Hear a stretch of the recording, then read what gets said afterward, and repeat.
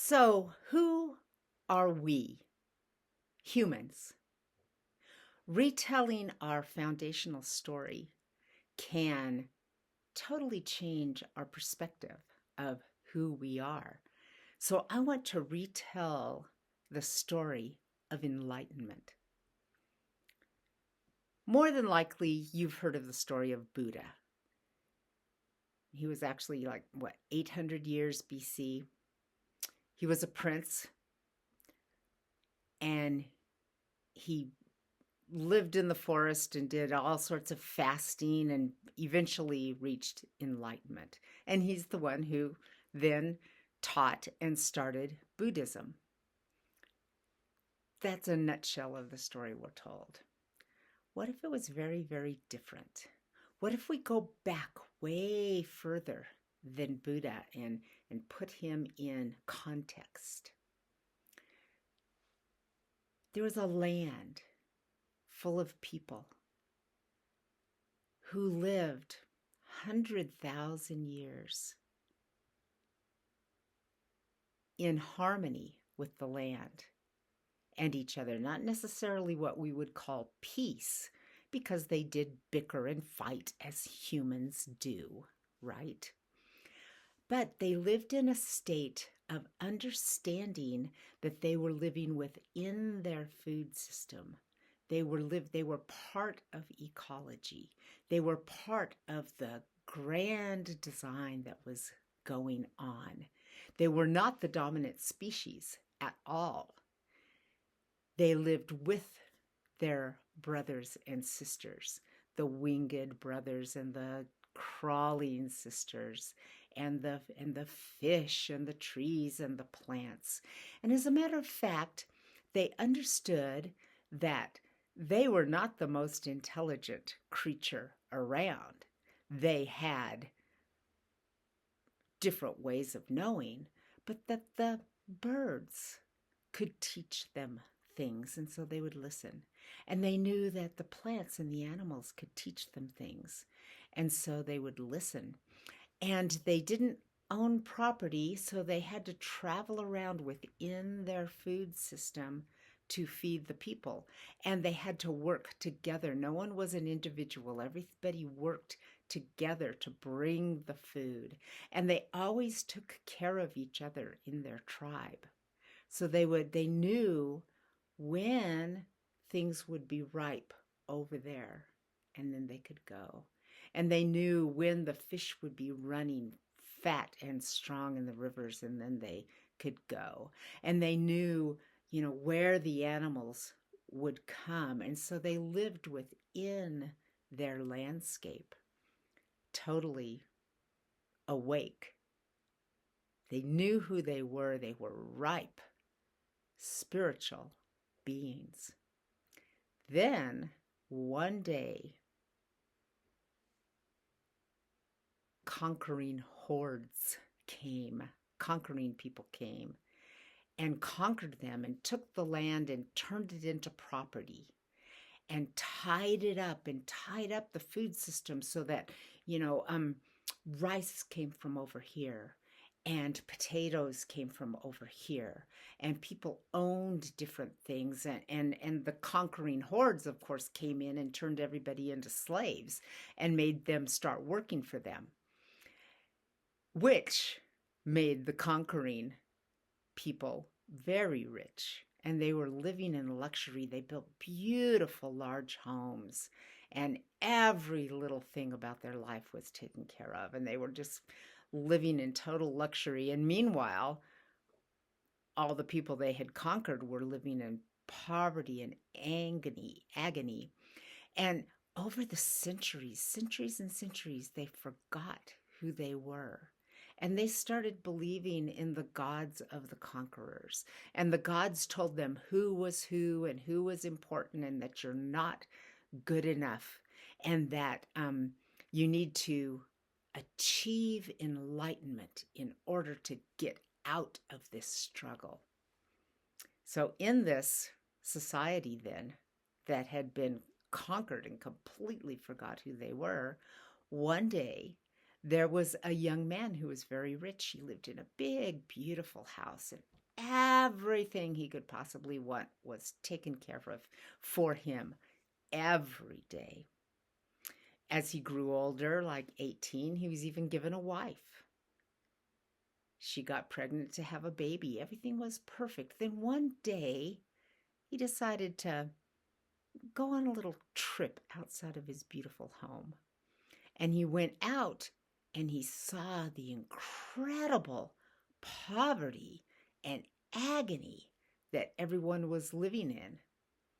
And it just shocked him because he was a very sensitive, thoughtful man anyway. And so he was just shocked. And he couldn't believe it was the first time in his life he had ever just experienced this level of agony and horror at life itself. And it just like broke him. He was a Hindu. And Hindu religion is about becoming enlightened. So he left his home and went out in the forest and lived with the meditators out there. And of course, he was a little bit competitive still. So he was the very best one of them all. He did the most prayers and he ate the least food until finally he was eating 1 grain of rice a day, and he was on the verge of death. And he went over and sat by the river, and he watched the river flow, and he watched this boat go down the river, and the boat came down and it avoided a rock and it went around and it floated on down, and all of a sudden he realized, oh, it's the middle way that you can go, that you can actually live within the river that you're floating in and go in this middle way. And so he left his friends, he started eating actual food, and he was looking for this middle way, and he was talking about this middle way and kind of trying to sort it out. And then one day he sat down by a tree and he decided, this is it. I am not going to move until I figure this thing out. And he sat there, and all the concepts of his mind just kind of like fell away with a crack. And he saw who he was, that he was this natural being floating within the middle way. Boom. It's what we call enlightenment. And of course, he was Siddhartha the Buddha. He started gathering people around him and he started teaching this middle way. And he went back to all of his friends in the forest and he's like, dudes, look, this is really easy. Let me show you how to do it. And he gave them instructions and they, boom, it happened for them too. And so people around him were becoming enlightened and waking up. And what they had discovered was this place of absolute zero that a human being can go to. But what he didn't know is that the natural people from thousands of years ago who had lived on the land, this was their natural state. And that being in this natural state is you're completely unified with everything around you. But the natural people had had elders and families, and they knew how to talk about and how to bring a child naturally into this state. And so they lived in a place where time and place and reality kind of always all met together because the elders were always teaching the young people, and the young people were learning from the elders. Buddha didn't have this. He didn't have any elders. He had no idea that he knew that this was a natural state, but he had no idea that for hundreds of thousands of years, humanity had lived in this natural state before the conquerors and private property and philosophies and gods and all sorts of things came in and caused our minds to be divided. So he taught what the state felt like, because that was the only perspective that he had. And so Buddhism started, and this enlightenment state, instead of being seen as just the normal birthright of every single human being, it was seen as a very unusual accomplishment only for the select few. But it created a very beautiful society, and all the people who wanted to become enlightened isolated themselves inside of monasteries and things like that, so that they could be isolated from this crazy world and come to this inner space.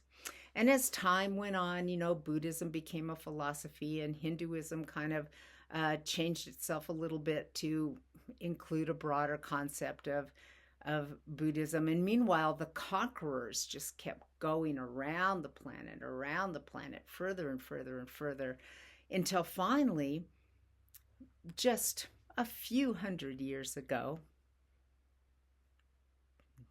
many generations actually, they came to what we call the Americas, Turtle Island. And when the conquerors came here, they found exactly the same things: human beings living within their ecosystem as fully awake, conscious beings.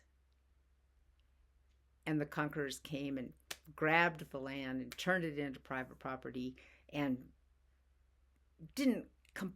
they enslaved a lot of people, but basically they just shoved them to the side and stuck them in such poverty, and did everything within their power to completely wipe out the ancient teachings. Then fast forward. Once upon a time, there was a girl, me, who was a young hippie girl and went to a enlightenment teacher, did the studies, and learned how to wake up. And then basically the only story I had was the typical story that enlightenment is almost like an individual experience. It's like an individual experience of unity. Of course, it's more than that. It's the experience of the nothingness of me being in unity. Then one day, I am reading things on the internet, and I stumbled across a statement. And I go, whoa, wait a second. This person's enlightened. The person that wrote this, because it's just an obvious, not dual statement. I'm like, who is this? And I look and I see closer, it was Robin Wall Kimmerer, who had wrote Braiding Sweetgrass. So of course I go get the book and I read Braiding Sweetgrass, and I find out that, oh my gosh, the Native Americans, the native people of this land, have lived in the enlightened state until the conquerors came and tried to destroy them. And that this culture, they call it a culture because it's like the way the people lived. This culture still has little remnants of life around. There are still elders that can intertwine people into the old teachings. And I realized, oh, the native perspective shows us how to be in this state. Buddhism and Enlightenment teachings show us how to get there if we come from the broken, conquering culture.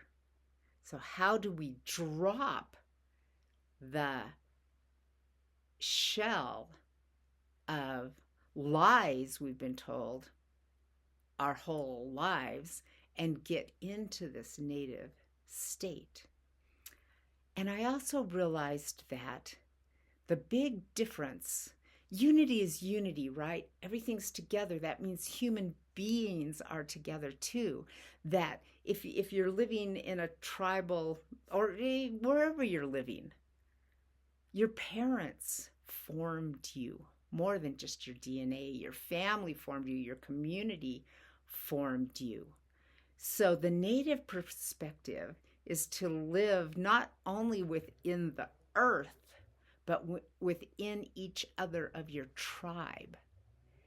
And the difference with the Buddhism is that basically people in Buddhism wake up to become an orphan, a human orphan. You're intertwined with all of the cosmos, but not with a community of elders and young people who all live together in this enlightened, awakened state. So native perspective is still there, and it's still alive, and it's showing us this is how human beings are meant to live. Buddhism teachings, non-duality teachings, enlightenment teachings show us that yes, we are the broken conquerors. This is how we can get our state of being back to this empty state. But we, the white people, the not native people, we step into this state as orphans, into a state of beautiful nothingness. It's fabulous.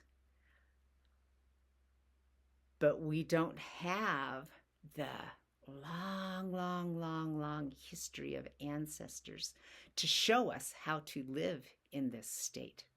So we can come there as orphans, and then our job is to build a future where everyone is awakened into the state, is brought into this state from birth.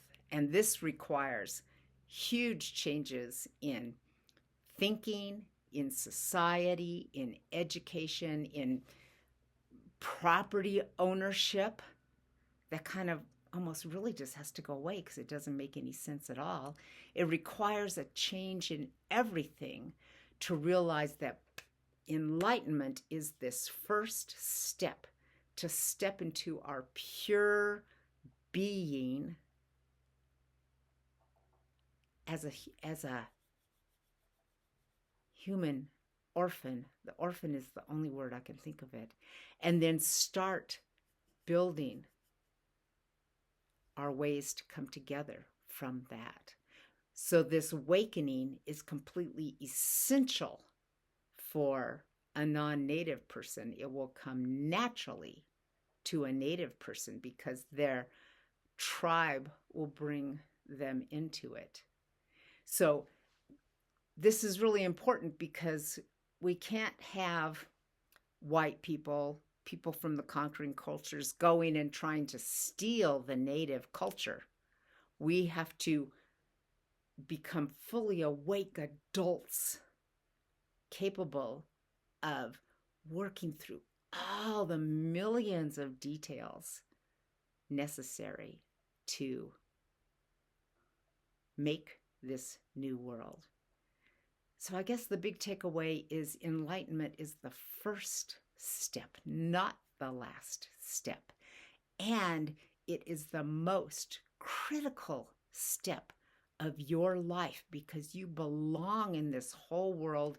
The world needs you fully awake, safe free from all your concepts of who you are.